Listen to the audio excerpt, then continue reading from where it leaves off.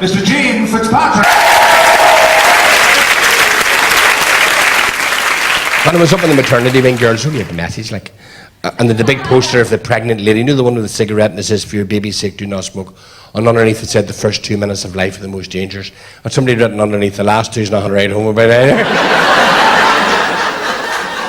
My life changed forever at this baptismal font. Now, I don't mean to get very, very religious, no. Between Banbridge Hospital and here, my name changed. Because I was born 26th of May, 1945, Dominic Fitzpatrick. But when I got here with the godparents, the priest decided that the new bishop in the Diocese of Dromore was Eugene O'Doherty, and the new pope in Rome was Eugenio Pacelli. So he decided, Eugene's a far better name for a boy. And I have never been called Dominic from that day to this. This wee fellow was working in Goodyear in Lurgan, right? And he got all his fingers cut off a machine, and they rushed him up to Lurgan Hospital, and the surgeon says, "Well, what actually happened?" Says, "So, I was working up there in Goodyear, and I got all my fingers cut off in the machine." He says, "Where are your fingers now?" He says, "So, I ran up in Goodyear." He says, "Why didn't you bring them with you?" He says, "I couldn't pick them up." I'm just about to enter the first bypass in Europe.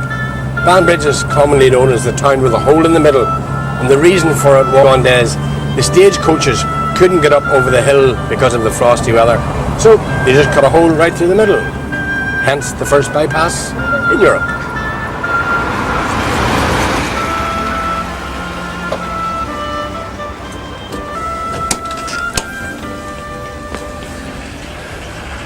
That's Mount Royal. That's where I lived with my mother and father in that house up there, the one with the blue door. In fact, believe it or not, there were 13 of us lived there. The houses were designed by the gentleman who designed the Slieve Donner Hotel in Newcastle. Lovely setting, just 150 yards from Banbridge. There's the War Memorial down there, just a stone's throw from where I was born and bred. My ma had 15 of us. You should talk about the big happy Irish family. The only consolation in the family, they all say, is the toilet seat never got cold. Children of today are spoiled rotten. Kids today, you ask, "What do you get for Christmas, son?" "Computer." One year I got an empty box and my dad told me it was an Action Man deserter. This is Newry Street, not as it used to be. When I was a wee boy running around Newry Street, my father had a business here just where this shop is, this whole area. It's a taxi business. And all along here he had petrol pumps, and the taxis and the self-drive cars would be parked along here. In fact, that's why I was driving this magnificent old Woolsey motor car. Come on, do you see this car? These cars were just the bee's knees in the 60s. Real leather seats, the wonderful smell of leather. Inside, wood in the dash. And this is where we used to sit. Castle Ballroom was across there. We used to dance there on the Friday nights, and that's where I first danced with my wife to a Dickie Rock song called Just for Old Time's Sake. I'm married that long, I swear to God, the wife. After you're married so many years, they hate you, you know. They do. Honestly, one time I took a heart attack and she wrote for an ambulance. About 50 years ago, this was my classroom. When I was a wee boy, went to St. Patrick's Primary School in Banbridge. This used to be the site of the primary school. I learned to read and write here. And that's the chapel, St. Patrick's Chapel, built way back in 1841. And you know, there's a cine movie of me coming out of Mass with my granny. I was only 6 years of age in 1951.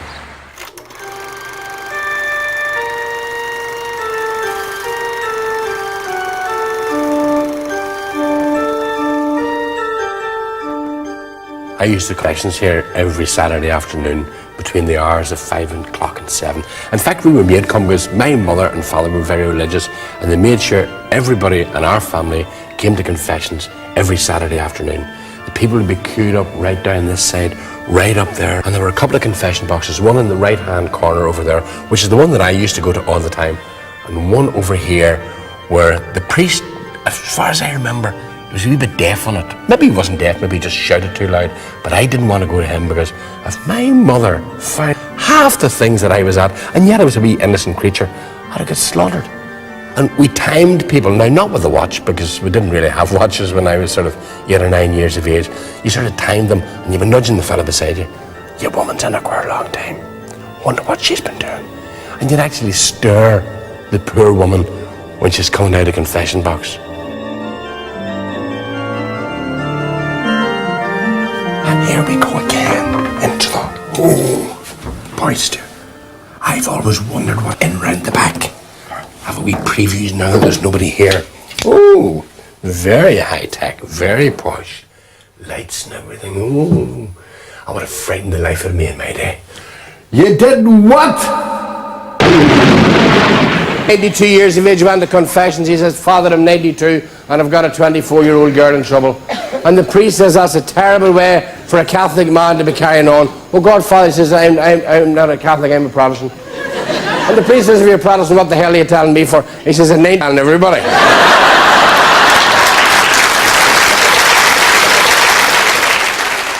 When I was a wee boy living in Banbridge, they used to call me Dudine. That was my nickname because I couldn't pronounce the name Eugene.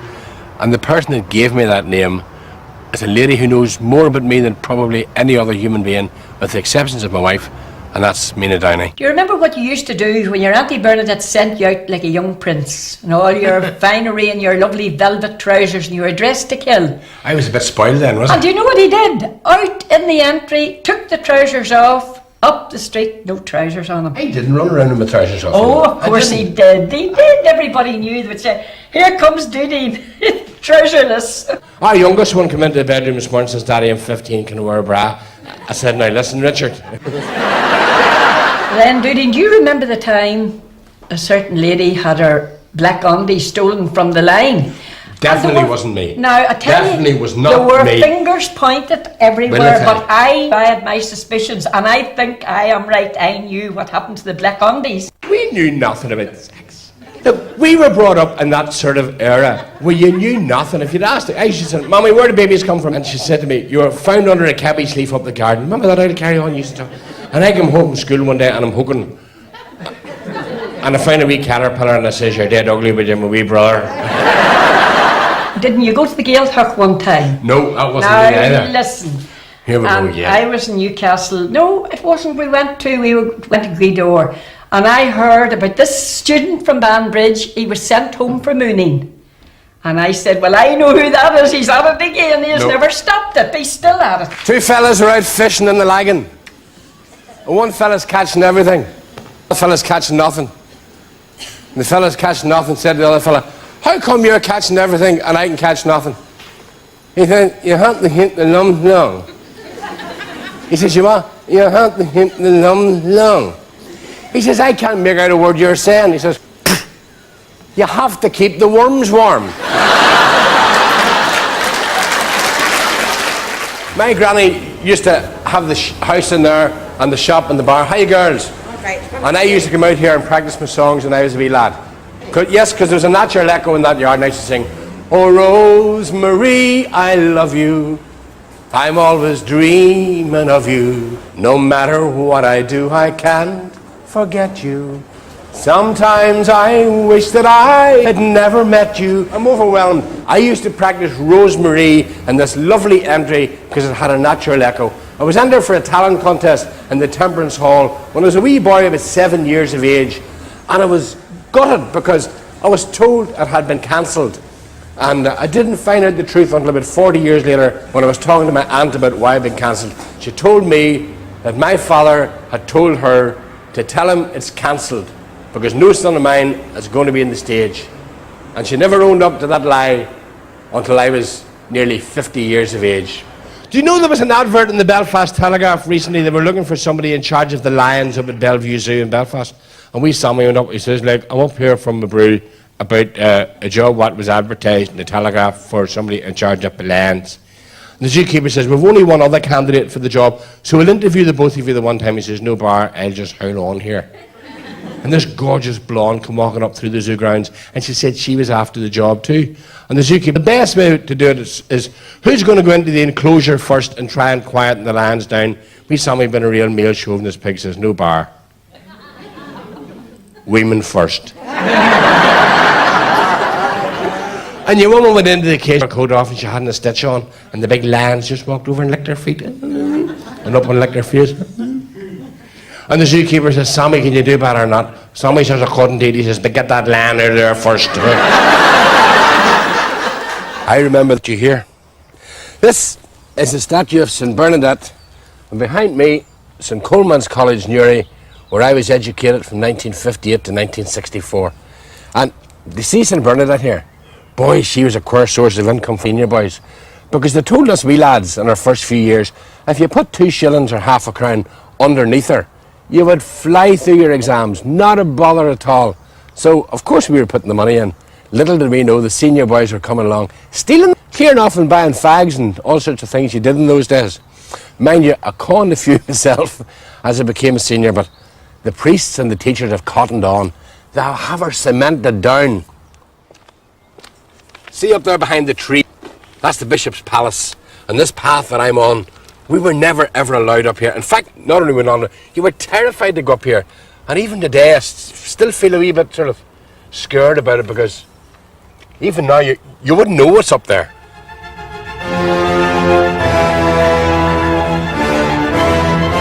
Do you know that programme Matthew Kelly does, Stars in Her Eyes? There's a wee Belfast fella on that one there, wee Sammy, and Matthew says, you know Matthew looking down at wee Sammy says, Sammy, it's lovely to see you. Sammy says, it's great to be here, Matthew, on your programme tonight, Stars in Her Eyes. And I'm looking forward to it and all. And Matthew says, well, tonight, Sammy, who are you going to be? He says, tonight, Matthew, I am going to be Glenn Miller. And he walks into the mist and never saw him again. When I was a boarder here, this was the senior study hall. Boy, it has changed so much since those days. But one thing that hasn't changed is this wonderful old bookcase. Come here.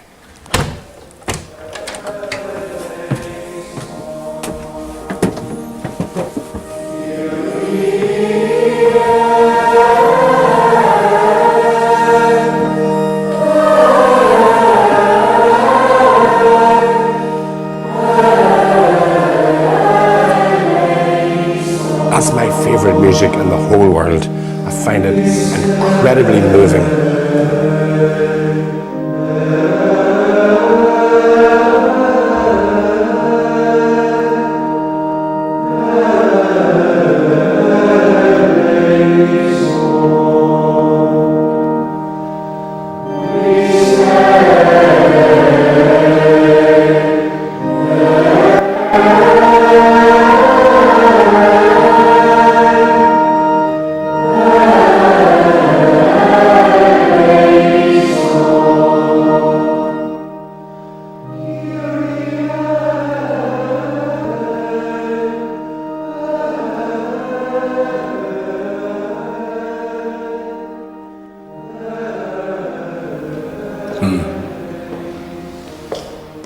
That's me. 1960, 15 years of age, film star looks, and the hair to go with it as well too. 1960, that was a great year. That was the year that Down won the All-Ireland for the first time. And because the college had so many of their ex-students in the Down team, they brought the Sam Maguire Cup to the college to let us all view it. It was here for quite a while, but I'm going to let you into a wee secret. When they brought the cup on this great plinth that it sat on, we all decided that we'd put it, so we all wrote our name with pen knives and all sorts of things into the plinth of the great Sam Maguire Cup. When the priests saw it, they went bananas. There was about a dozen that was brought out of class and slaughtered, and the plinth of the cup had to be sent down to Newry to a cabinet maker who had to rub it all down and re-varnish it. And hopefully nobody would ever find out about it. Until now, I've spilt the beans. There's this wee farm over in Portadown, you know, between Portadown and Armagh, about Rich Hill.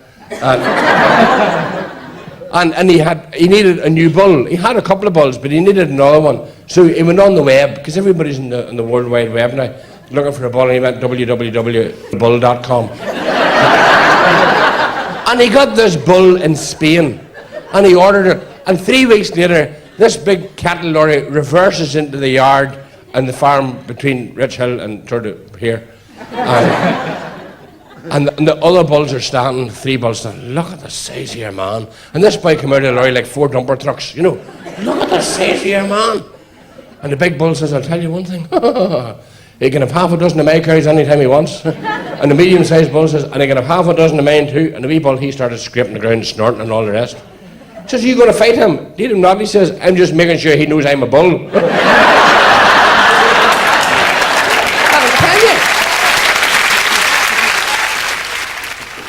Even though I live 13 miles up the road in Banbridge, I boarded at St Coleman's College in Newry. And do you know who boarded in those days too? And I see after 40 years he's still not much good at making a bed. It's a pretty good corner, I'll tell you. Sean Rafferty, he still can't make beds. I can't. It's not awful to me. But one of the greatest scams of all time. We could have taught the world as Kraft. I hope the people from Kraft don't turn catch us. We were boys at 11 and 12 years of age at boarding school. We used to get the cheese and sell it outside. So it went nicely rancid. Yeah. Mm-hmm. People would eat it now, of course, because it would look more organic. But and then we sent it off to Kraft and said, this is the state we got this cheese. And you got this lovely presentation pack back. Thank you very much indeed, by the way. I think after about 4 presentation packs to the same address at Violent Hill in Newry, Kraft caught on, and that was the end of it. They did. But you would have done anything for a little variety in the diet. Because, do you remember whenever we used to run, there were prefects at the end of each table, and they could go around and trade in. So if you didn't want your once a week cornflakes, that's right, you could trade those in for a 3-spotted dick or something, I think was it. And then he said one day, the president came out and he said, there will in future be no more bartering of foodstuffs. Right. Do you know they've opened a new Chinese restaurant now in Portadown called the Orange Wok? Do you remember about once a month or once every 6 weeks, Father Brooks, who was the bishop now, used to show a movie. Oh, yeah. And you see the Marx Brothers at the races and these different movies. With nun-proof plugs, I remember him saying. And remember a particular movie when some fella was kissing a girl and his hand was put camera and lens under the kiss and was over, and then he'd take it down again.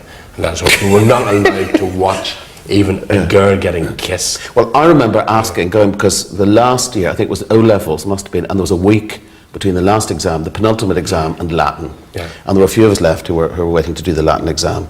And I went up and said, look, people are going to go absolutely crackers. Can we go to the movies? And he said, yes, all right. And then he came back and he said, no, you can't go. Mm-hmm. And because he'd passed a poster for this lascivious movie and seen a girl in a bikini on it. And guess what this offensive movie was? You remember? Cliff Richard, Summer Holiday. Summer Holiday. I mean, can you imagine? It's like telling somebody, you can't go to the Sound of Music, really. Yeah. There was a boy left Mullabound, South Armagh, Mullabound, over to Canada looking for a job, and he had no CV and he had neither, nothing, reference is not a thing. And he went looking for a job as a lumberjack. He says, now, we'll have to give you a wee test. Go out and chop down a few trees. So your man from Mullabound went out and he chopped down 10 trees and about 15. He says, God, we never saw anybody get chopped down trees. I got, where under God's name did you learn to do that? Your man says, in the Sahara Forest. He says, you mean the Sahara Desert? He says, that's what they call it now. For those who don't know you in your present incarnation, you weren't famous for telling jokes at school at all. Nope. You were famous for nicking Tommy Sands' sandwiches. He could sing all day. He must have known a million songs. When the teachers came, they had to sing along. On football pitches, he had us in stitches. And even though he ate my sandwiches, I'm glad to say he was a very good friend of mine. And still today, he's a very good friend of mine. Gene. Tommy. Gene, for the occasion, I decided to bring you along some sandwiches. So rather than you take them from me, I decided to hand them over voluntarily for a change. Tommy, there's only one thing wrong. Any of the sandwiches I got from you was always homemade wheaten bread. That's right. Okay, and your mother, God love her, she'd put jam in the middle of it. And she'd make the sandwiches maybe the night before. And by the time you got the sandwiches the following day, the jam had sunk away in them. And I used to say, Tommy Sands brought me in wheaten bread and beetroot. That's right. But that looks like beetroot today, isn't it? But the one thing about Gene, he was very good. He would always ask you politely for the sandwich after he had eaten it. Two fellas walked into a pub in Armagh at lunchtime eating sandwiches, and the barman says, hey boys, you're not allowed to eat your own food in here, so they swap sandwiches. And we used to sing in class. Father trainer, who took us for football, used to allow us to have like a wee sort of mini concert now and again.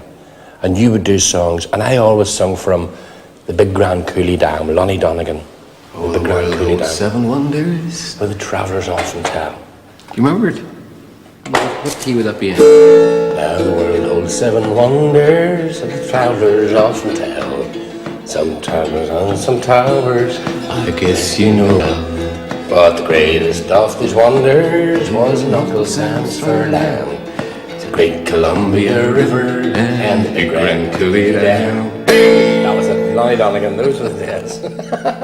This wee boy from Tagee went down to Belfast one day to Burton's Tailors, and he got this gorgeous suit on the tick. Remember they used to have the tick, fellas? Remember? The pound down and the change of a dress.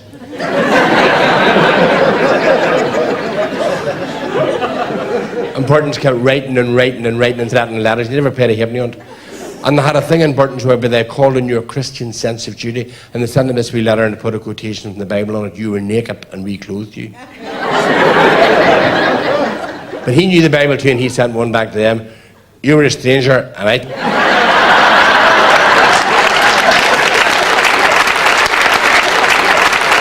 I left college in 1964.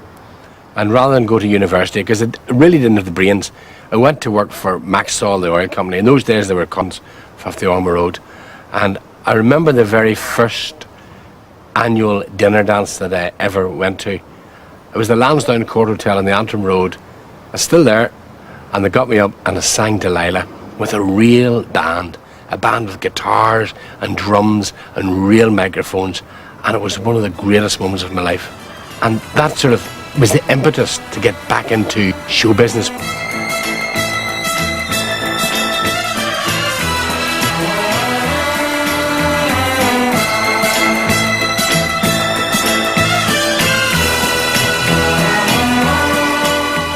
Gene Fitzpatrick has just made his first LP record. Now I'd like you to have a look at it because the cartoons are done by Raoul Friars and they really are brilliantly clever. Tonight, Gene faces a television camera for the very first time in his life. Ladies and gentlemen, from Craigavon, Mr. Gene Fitzpatrick.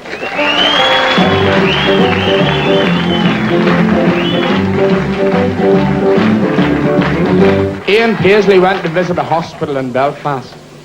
Looked in this wee ward, only wee tiny ward, 25 beds, and at the bottom of each bed there was a big, and at 23 of the beds a big letter P, and the other 2 beds the letters RC. Well, sister, I see I'm well represented today, yes. 23 P's, they must be members of my flock, and only 2 members of the Church of Rome. Says, how long must I got it all? 23 P's want porridge for breakfast, the 2 boys want Rice Krispies.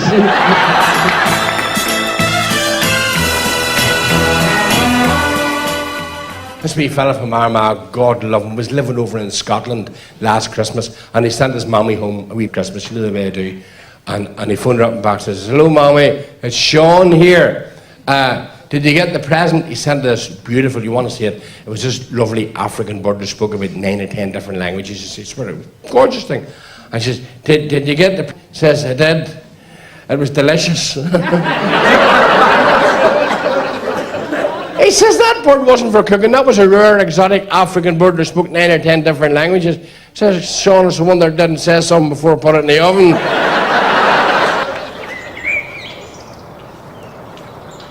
That's as close as ever I want to get the birds. I actually hate the brats. I have a phobia about them because I remember when I was a wee fella out in my aunt's farm, out in Points Pass, and chased by a mad rooster. Chased right through, and I actually went through a barbed wire fence to get away from them, ripped the clothes of me as well to get away from them, and I just treat all birds exactly the same. Then I had this brainwave. To cure the phobia, I came down to the enemy here in Banbridge to watch Alfred Hitchcock's The Birds. It scared the living daylights out of me.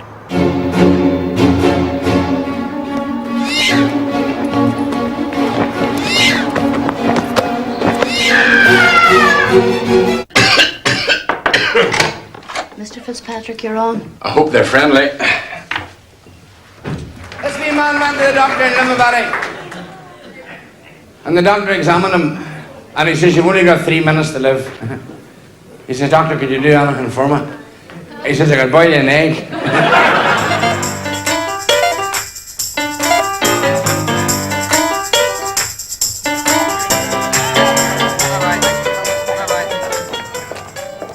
shouldn't have been making jokes about hospitals. Not the way I was carrying on. I smoked like a trooper. 80 days sometimes. I read that much about stopping smoking and decided to give up reading. I read somewhere too that Northern Ireland had the worst heart attack record in the world, but that had nothing to do with me, so I just carried on. Until one night it suddenly occurred to me that I was turning my own lights out. One of the major problems in show business I found over the years is the availability of all. Because you come off the stage and everybody wants to buy you a drink. And for quite a number of years in my early days in show business, I took quite a number of drinks that were put in front of me, and discovered after about 4 or 5 years that I was beginning to like it much. But thankfully, I was able to stop before I did any damage. And I always like to say that I found out that you can't take drink in an empty head. And I think that's what I was doing, taking drink in an empty head. But I've lived without it for about 20 years now, and it's probably the greatest decision I've ever made in my life. Wee drunks coming down Castle Street in Belfast, and he's all over the place like an MFI wardrobe. Nuns come walking up towards him, one walked around that side and the other one walked around that side. He says, how the hell did she do that?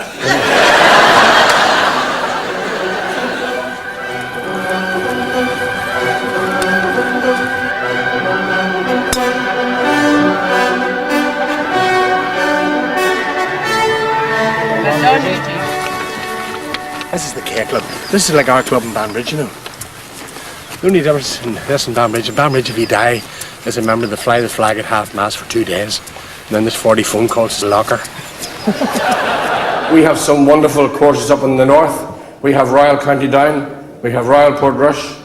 We have the new one now in South Armagh, Royal Cross Maglen, where you get free drops from Land Rovers. And where you're walking towards the trees and the trees are walking towards you. It's the only golf course in Ireland you're not allowed to hit a provisional. Someone said to me, Frank, what's your golf like today? And I said, like Eugene Fitzpatrick's act. Terrible. The reason why we're playing so slow at Egypt, Frank Carson's up in front, going, the way I tell him. So the way he hits them. That's what's keeping us back today.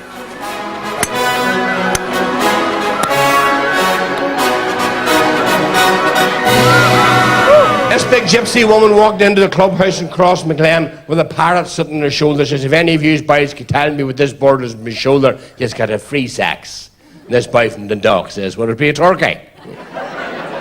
She says, that's close enough. Thank